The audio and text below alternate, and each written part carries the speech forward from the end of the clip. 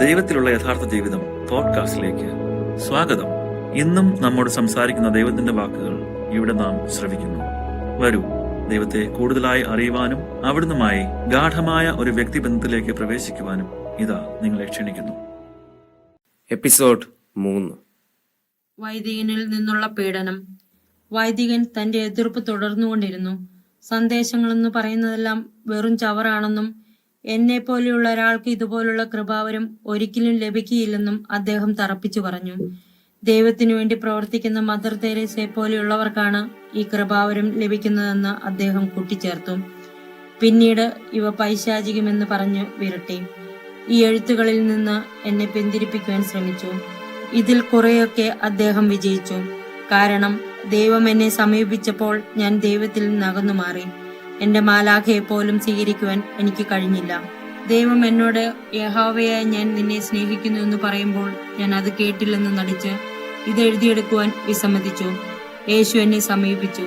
എന്റെ കുഞ്ഞെ, സമാധാനം എന്ന് പറഞ്ഞപ്പോൾ അത് സാത്താനാണെന്ന് വിചാരിച്ച് ഞാൻ യേശുവിനെ അകറ്റുകയായിരുന്നു.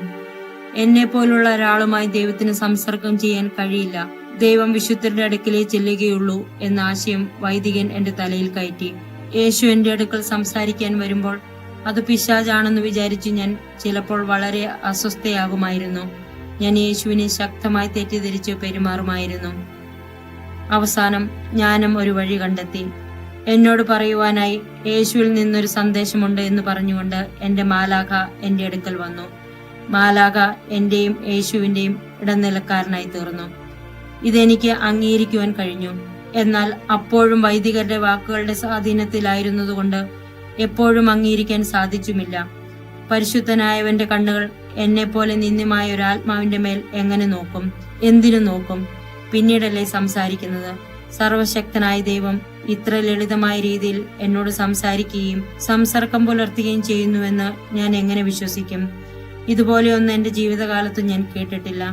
മോശ, അബ്രഹാം, പ്രവാചകന്മാർ, പുരോഹിതന്മാർ എന്നിവരുമായി ദൈവം സംസാരിച്ചു എന്ന് വേദപുസ്തകത്തിൽ രേഖപ്പെടുത്തിയിട്ടുണ്ട്. എന്നാൽ അത് വേറൊരു കാലഘട്ടമായിരുന്നു. ഇതൊക്കെയാണെങ്കിലും ദൈവം എന്നോട് സംസാരിക്കുന്നു എന്നുള്ളത് എനിക്കറിയാമായിരുന്നു. സാവധാനം, കാലപ്പഴക്കത്തിൽ മാത്രമേ വൈദികരിൽ നിന്ന് എനിക്കേറ്റ മുറിവുകൾ പുറത്തു തുടങ്ങിയുള്ളൂ. ദിവസവും മണിക്കൂറുകൾ എന്നോട് പ്രസംഗിച്ചുകൊണ്ട് എന്റെ കാവൽ മാലാഖ എനിക്ക് വളരെയധികം സമാധാനം നൽകി. ഇടയ്ക്കിടെ യേശുവിന് തന്റെ വചനം എന്നെ അറിയിക്കുവാനായി മാലാഖ മാറി നിന്നിരുന്നു. ആദ്യം ഇത് സംഭവിച്ചപ്പോൾ യേശുവിന്റെ വാക്കുകൾ എഴുതിയെടുത്ത് ഞാൻ മായ്ച്ചു കളയാൻ തുടങ്ങുകയായിരുന്നു. ഉടൻ തന്നെ മാലാഖ ഇടപെടുകയും ഇത് യേശുവിന്റെ വാക്കുകൾ ആയതിനാൽ മായ്ച്ചു കളയരുതെന്ന് നിർദ്ദേശിക്കുകയും ചെയ്തു. ഞാൻ യേശു നിന്നെ സ്നേഹിക്കുന്നു എന്നായിരുന്നു ഈ വാക്കുകൾ.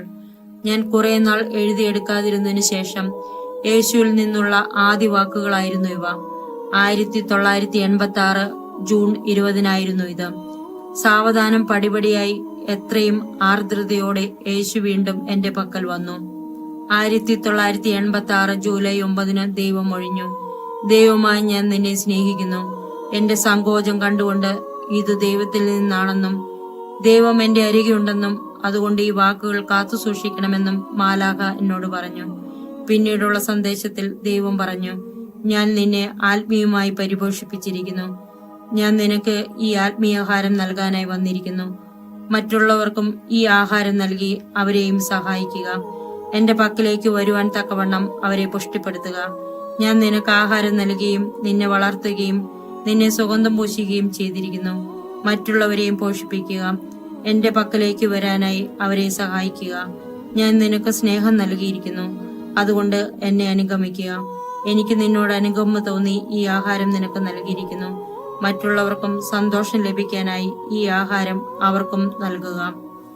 1986 ജൂലൈ 31 തിരുഹൃദയ സാദൃശ്യത്തിൽ യേശു എന്റെ അടുക്കൽ വന്ന് എന്നോട് പറഞ്ഞു, എന്റെ പ്രിയപ്പെട്ടവളെ, എന്റെ ഹൃദയമധ്യത്തിൽ നിനക്ക് സ്ഥലം ഒരുക്കിയിരിക്കുന്നു. അവിടെ നിവസിക്കുന്നതാണ്. 1986 ആഗസ്റ്റ് 7 പിതാവ് ഒരിക്കൽ കൂടി പറഞ്ഞു, ദൈവമായി ഞാൻ നിന്നെ എന്നോട് ബന്ധിച്ചിരിക്കുന്നു. എനിക്ക് സംശയമുണ്ടായതിനാൽ ഭയപ്പെട്ടുകൊണ്ട് അവിടുത്തെ പേര് പറയാൻ ആവശ്യപ്പെട്ടു. യഹോവ എന്ന് അവിടുന്ന് മറുപടി നൽകി.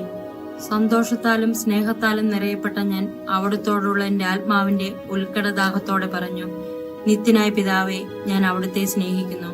അവിടുന്ന് മറുപടി പറഞ്ഞു, നിന്റെ ദൈവമായി എന്നെ സ്നേഹിക്കുക, എന്നെ സ്തുതിക്കുക. ഞാൻ നിന്റെ നിത്യനായ പിതാവാണ്. അപ്പോൾ ഞാൻ ദൈവത്തോട് ചോദിച്ചു, എന്റെ സന്തോഷവും എന്റെ ഭയങ്ങളും എന്റെ സ്നേഹവും എന്റെ വിഷമതകളും അവിടത്തേക്ക് അനുഭവിച്ചറിയാൻ കഴിയുന്നുണ്ടോ? ഉണ്ട് എന്ന് അവിടുന്ന് മറുപടി പറഞ്ഞു. അപ്പോൾ ഞാൻ പറഞ്ഞു, അങ്ങനെയെങ്കിൽ ഇപ്പോൾ എനിക്ക് എങ്ങനെ അനുഭവപ്പെടുന്നു എന്ന് അങ്ങേക്കറിയാമല്ലോ. എന്നെ മുഴുവനായിട്ട് അവിടുന്ന് മനസ്സിലാക്കുന്നുവല്ലോ. അപ്പോൾ ദൈവം ഏറ്റവും ആർദ്രതയോടെ പറഞ്ഞു, അതെ, ഞാൻ മനസ്സിലാക്കുന്നു എന്റെ പ്രിയപ്പെട്ടവളെ. ദൈവം വീണ്ടും എന്നോട് പറഞ്ഞു, ദൈവം നിങ്ങളെ എല്ലാവരെയും സ്നേഹിക്കുന്നു. ഈ സന്ദേശങ്ങൾ നിങ്ങളുടെ അടിസ്ഥാനങ്ങളെക്കുറിച്ച് നിങ്ങളെ ഓർമ്മിപ്പിക്കുവാനാണ്. എന്റെ സന്ദേശങ്ങൾ മറ്റുള്ളവരെ അറിയിക്കുക. കമ്പി സന്ദേശങ്ങൾ പോലെ വളരെ ഹ്രസ്വമായ സന്ദേശങ്ങളാണ് ആദ്യം എനിക്ക് ലഭിച്ചത്. ഇതിനിടയിലും വൈദികരുമായിട്ടുള്ള ബന്ധം ഞാൻ വിച്ഛേദിച്ചിരുന്നില്ല. എന്നാൽ സന്ദേശങ്ങളെ അപലപിക്കുകയും എനിക്ക് വളരെയേറെ പ്രയാസങ്ങൾ വരുത്തുകയും ചെയ്ത വൈദികനോട് ഞാൻ സന്ദേശങ്ങളെക്കുറിച്ച് പിന്നീട് സംസാരിച്ചിരുന്നില്ല. എങ്കിലും കുറെ കഴിഞ്ഞ ശേഷം സന്ദേശങ്ങൾ എനിക്ക് തുടർന്ന് ലഭിക്കുന്നുണ്ടെന്ന് അദ്ദേഹത്തോട് പറയാൻ തീരുമാനിച്ചു. ഇപ്രാവശ്യം ഒറ്റപ്പെട്ട കടലാസുകൾക്ക് പകരം സന്ദേശമടങ്ങിയ നോട്ട് ബുക്കുകൾ ഞാൻ അദ്ദേഹത്തെ കാണിച്ചു. ആദ്യം വെറും കടലാസിൽ ഞാൻ എഴുതിയിരുന്നുവെങ്കിലും എന്റെ ദൗത്യം ആരംഭിക്കേണ്ട സമയമായപ്പോൾ നോട്ട് ബുക്കുകൾ ഉപയോഗിക്കുവാനും അവയ്ക്ക് ക്രമ നമ്പർ ഇടാനും പരിശുദ്ധാത്മാവ് എന്നെ ഉപദേശിച്ചു. എന്റെ വീട്ടിലേക്ക് തന്നെ ഞാൻ ആ വൈദികനെ ക്ഷണിച്ചു. നോട്ട് ബുക്കുകൾ കാണുവാൻ അദ്ദേഹം ആഗ്രഹിച്ചു. ഒരു ദിവസത്തേക്ക് അദ്ദേഹത്തിന്റെ കൈവശം ഞാൻ അവ കൊടുത്തു. അടുത്ത ദിവസം അദ്ദേഹത്തിന്റെ വളരെ പരുഷമായ ഒരു എഴുത്ത് എനിക്ക് കിട്ടി.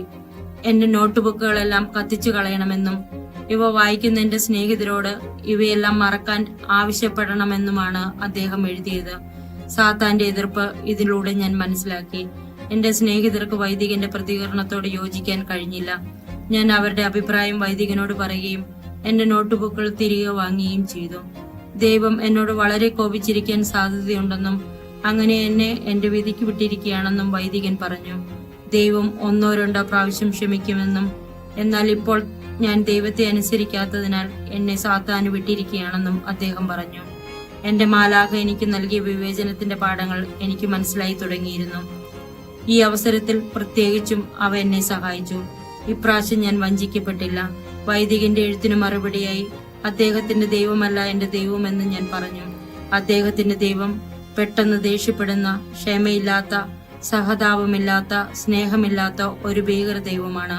എന്നാൽ ഞാൻ അറിയുന്ന ദൈവം, ദിനംതോറും ഞാനുമായി ബന്ധപ്പെടുന്ന ദൈവം, എന്റെ ദൈവം പൂർണ്ണമായും സ്നേഹമാണ്. അനന്തമായി ക്ഷമയുള്ളവനും ആർദ്രനുമാണ്. സ്വർഗത്തിൽ നിന്ന് താണിറങ്ങി വന്ന് എന്നോട് സംസാരിക്കുന്ന ദൈവം സൗമ്യനാണ്. കോപിക്കുന്നതിൽ വിമുഖനാണ്. കാരുണ്യയുടെ സമുദ്രമാണ്. സ്നേഹം കൊണ്ട് എന്റെ ആത്മാവിനെ പൊതിയുന്നവനാണ്. എല്ലാ ദിവസവും എന്റെ മുറിയിൽ എന്നെ സന്ദർശിക്കുന്ന ദൈവം, വൈദികൻ പിശാച് എന്ന് വിളിക്കുന്ന പ്രതിഭാസം, എന്റെ ആത്മാവിനെ സമാധാനവും പ്രത്യാശയും കൊണ്ട് നിറയ്ക്കുന്നു. എന്റെ ദൈവം ആത്മീയമായി എന്നെ പോഷിപ്പിച്ചുകൊണ്ട് അവിടുത്തെ വിശ്വാസത്തിൽ എന്നെ വളർത്തുന്നു. അവിടുന്ന് എന്നെ ആത്മീയ കാര്യങ്ങൾ പഠിപ്പിക്കുകയും അവിടുത്തെ ഹൃദയത്തിന്റെ നിക്ഷേപങ്ങൾ എനിക്ക് വെളിപ്പെടുത്തി തരികയും ചെയ്യുന്നു. ഇതിനുശേഷം കുറെ ദിവസങ്ങൾ കൂടി എഴുത്തു നിർത്തുവാനും അപ്പോൾ എന്താണ് സംഭവിക്കുന്നതെന്ന് നിരീക്ഷിക്കുവാനും വൈദികൻ എന്നോട് ആവശ്യപ്പെട്ടു. വൈദികൻ ആവശ്യപ്പെട്ടതുപോലെ സന്ദേശങ്ങൾ എഴുതിയെടുക്കാതെ ഏതാനും ദിവസങ്ങൾ ഞാൻ തള്ളിവിട്ടു. ഞാൻ പ്രാർത്ഥിക്കുകയും യഥാർത്ഥമായി ആരാണ് എന്നെ നയിക്കുന്നതെന്ന് എനിക്ക് വെളിപ്പെടുത്തി തരുവാൻ ആവശ്യപ്പെടുകയും ചെയ്തു. സന്ദേശങ്ങൾ യഥാർത്ഥമായി ദൈവത്തിൽ നിന്നാണെങ്കിൽ യഹോവയായി ഞാൻ നിന്നെ നയിക്കുന്നു എന്ന വാക്കുകൾ എന്നോട് പറയാൻ ആവശ്യപ്പെട്ടു. ദൈവം എന്റെ പ്രാർത്ഥന പോലെ മറുപടി നൽകി. സന്ദേശങ്ങൾ തുടർന്നു. 1986 ഡിസംബർ 15 ദൈവം ഈ സന്ദേശം നൽകി. മകളെ, എല്ലാ ജ്ഞാനവും എന്നിൽ നിന്ന് വരുന്നു. നിനക്കും ജ്ഞാനം നേടണമോ? ദൈവം എനിക്ക് വാഗ്ദാനം ചെയ്യുന്നതെന്തെന്ന് മനസ്സിലാക്കാതെ തന്നെ എന്ന് ഞാൻ മറുപടി പറഞ്ഞു. അപ്പോൾ അവിടുന്ന് എന്നോട് പറഞ്ഞു, ഞാൻ നിനക്ക് ജ്ഞാനം നൽകാം, എന്നാൽ നീ അത് എന്നിൽ നിന്ന് നേടണം. ഇതെങ്ങനെ സാധിക്കുമെന്ന് ഞാൻ ചിന്തിക്കുന്നത് കണ്ടപ്പോൾ അവിടുന്ന് സർവശക്തനാണെന്നും അവിടുന്ന് എന്നെ പഠിപ്പിക്കാമെന്നും പറഞ്ഞു. ദൈവം എനിക്ക് നൽകിയതിനെ കുറിച്ച് ഞാൻ ധ്യാനിച്ചപ്പോൾ ധ്യാനിക്കും തോറും ദൈവം എനിക്ക് നൽകിക്കൊണ്ടിരുന്ന അമൂല്യമായ ദാനത്തെക്കുറിച്ച് എനിക്ക് ബോധ്യം വന്നു. ഞാൻ അവിടത്തേക്ക് ഇതിനായി നന്ദി പോലും പറഞ്ഞില്ലല്ലോ എന്ന് എനിക്ക് മനസ്സിലായി. അടുത്ത ദിവസം ഞാൻ അവിടത്തോട് നന്ദി പറഞ്ഞപ്പോൾ ഞാൻ ജ്ഞാനം പ്രാപിക്കണമെന്നും അതിനായി അവിടുന്ന് എന്നെ സഹായിക്കാമെന്നും പറഞ്ഞു. എന്നെ ശുശ്രൂഷിക്കുവാൻ നീ ആഗ്രഹിക്കുന്നുവോ? കാവൽ മാലാഖയുടെ സ്ഥാനത്ത് യേശു കൂടുതലായി വരാൻ തുടങ്ങി. അവിടുന്ന് തിരുഹൃദയ സാദൃശ്യത്തിൽ എന്റെ അടുക്കൽ വന്നു. ഈ ദൗത്യത്തിലൂടെ അവിടുത്തെ ശുശ്രൂഷിക്കുവാൻ ഞാൻ ആഗ്രഹിക്കുന്നുണ്ടോ എന്ന ചോദ്യത്താൽ ഒരു ദിവസം അവിടുന്ന് എന്നെ അത്ഭുതപ്പെടുത്തി. എന്താണ് മറുപടി പറയേണ്ടതെന്നറിയാതെ ഞാൻ കുഴങ്ങി. ഇത് എഴുതിയെടുക്കുവാൻ ഞാൻ ആഗ്രഹിച്ചില്ല. എന്റെ വീട് വിട്ട് മഠത്തിൽ ചേർന്ന് കന്യാസ്ത്രീയാകുവാൻ യേശു എന്നോട് ആവശ്യപ്പെടുമോ എന്ന് ഞാൻ സംശയിച്ചു. ഞാൻ ഇതിന് തയ്യാറല്ലായിരുന്നു. എന്റെ അവിശ്വാസം യേശുവിനെ ദുഃഖത്തിലാഴ്ത്തി. നിന്റെ അപാരമായ ബലഹീനതയിലും എനിക്ക് നിന്നിൽ വസിക്കുവാൻ കഴിയും എന്ന് അവിടുന്ന് പറഞ്ഞപ്പോൾ അവിടുത്തെ ശബ്ദം ദുഃഖമയമായിരുന്നു. യേശുവിനെ ദുഃഖത്തിലാക്കിയതുകൊണ്ട് ഞാൻ അസ്വസ്ഥയായി. എന്നാൽ അതേസമയം ദൈവമാകുന്ന യേശുവിനെ എനിക്ക് ഭയവുമായിരുന്നു. അവിടുന്ന് എന്നോട് പറഞ്ഞു, നീ എന്നെ ശുശ്രൂഷിക്കുകയാണെങ്കിൽ ഞാൻ നിന്നിലൂടെ നിങ്ങളോടുള്ള എന്റെ സ്നേഹവികാരം വെളിപ്പെടുത്തുന്നതായിരിക്കും. രാത്രി മുഴുവൻ ഞാൻ ഇതേക്കുറിച്ച് ചിന്തിച്ചുകൊണ്ടിരുന്നു. അതിനുശേഷം ഞാൻ അവിടുത്തെ ഇഷ്ടത്തിന് കീഴടങ്ങാൻ തീരുമാനിച്ചു. എന്നിട്ട് ഞാൻ അവിടുത്തോട് ചോദിച്ചു, ഞാൻ അങ്ങയെ ശുശ്രൂഷിക്കണമെന്ന് അവിടുന്ന് ആഗ്രഹിക്കുന്നുവോ? ഉടൻ തന്നെ യേശുവിന്റെ സന്തോഷം എനിക്ക് അനുഭവപ്പെട്ടു. അവിടുന്ന് എന്നോട് പറഞ്ഞു, അതെ, ഞാൻ വളരെയധികം ആഗ്രഹിക്കുന്നു. വസുല, വരിക. എന്നെ എങ്ങനെ ശുശ്രൂഷിക്കണമെന്നും എവിടെ ശുശ്രൂഷിക്കണമെന്നും ഞാൻ നിനക്ക് കാണിച്ചു തരാം. ഇപ്പോഴത്തെ പോലെ തന്നെ നീ എന്നെ ശുശ്രൂഷിക്കുക. നീ ആയിരിക്കുന്നത് പോലെ തുടരുക. സ്നേഹം ഏറ്റവും അധികം ആവശ്യമുള്ളിടത്ത് ശുശ്രൂഷിക്കുവാൻ എനിക്ക് ശുശ്രൂഷകരെ ആവശ്യമുണ്ട്. നീ തിന്മയുടെയും അവിശ്വാസികളുടെയും ഇടയിൽ വസിക്കുന്നതുകൊണ്ട് കഠിനമായി പരിശ്രമിക്കണം. തിന്മയുടെ ആഴങ്ങളിലാണ് നിങ്ങൾ വസിക്കുന്നത്. അന്ധകാരം നിറഞ്ഞു നിൽക്കുന്നിടത്താണ് നീ നിന്റെ ദൈവത്തെ ശുശ്രൂഷിക്കുവാൻ പോകുന്നത്. നിനക്ക് യാതൊരു വിശ്രമവും ഉണ്ടാകില്ല. എല്ലാ നന്മയും തിന്മയായി തീർന്നിരിക്കുന്നിടത്ത് നീ എന്നെ ശുശ്രൂഷിക്കും. അതെ, നികൃഷ്ടതയുടെയും തിന്മയുടെയും ലോകത്തിന്റെ പാപങ്ങളുടെയും നടുവിൽ നീ എനിക്ക് വേണ്ടി ശുശ്രൂഷ ചെയ്യുക. ദൈവവിശ്വാസമില്ലാത്ത ആളുകളുടെ ഇടയിൽ എന്നെ നിന്ദിക്കുന്നവരുടെയും എന്റെ ഹൃദയത്തെ കൊത്തിത്തുളയ്ക്കുന്നവരുടെ ഇടയിൽ എന്നെ ശുശ്രൂഷിക്കുക. എന്നെ ദ്രോഹിക്കുകയും എന്നെ വിധിക്കുകയും ചെയ്യുന്നവരുടെ ഇടയിൽ എന്നെ ശുശ്രൂഷിക്കുക. എന്നെ വീണ്ടും ക്രൂശിക്കുകയും തുപ്പുകയും ചെയ്യുന്നവരുടെ ഇടയിൽ എന്നെ ശുശ്രൂഷിക്കുക. ഓ വസുല, ഞാൻ എന്തുമാത്രം വേദന അനുഭവിക്കുന്നു. വന്നെന്നെ ആശ്വസിപ്പിക്കുക. എന്നോടുകൂടി പീഡകൾ സഹിക്കുക. എന്റെ കുരിശു വഹിക്കുക. 1987 മെയ് 24. ദൈവത്തിന്റെ പഠിപ്പിക്കലുകൾ തുടർന്നുകൊണ്ടിരുന്നു. ഇതെഴുതുന്ന ദിവസം വരെയും അവിടുത്തെ സന്ദേശങ്ങൾ എനിക്ക് ലഭിച്ചുകൊണ്ടിരുന്നു. എന്റെ മരണ ദിവസം വരെയും ഈ കൃപാവരം തുടരുമെന്ന് ദൈവം എന്നോട് പറഞ്ഞിട്ടുണ്ട്.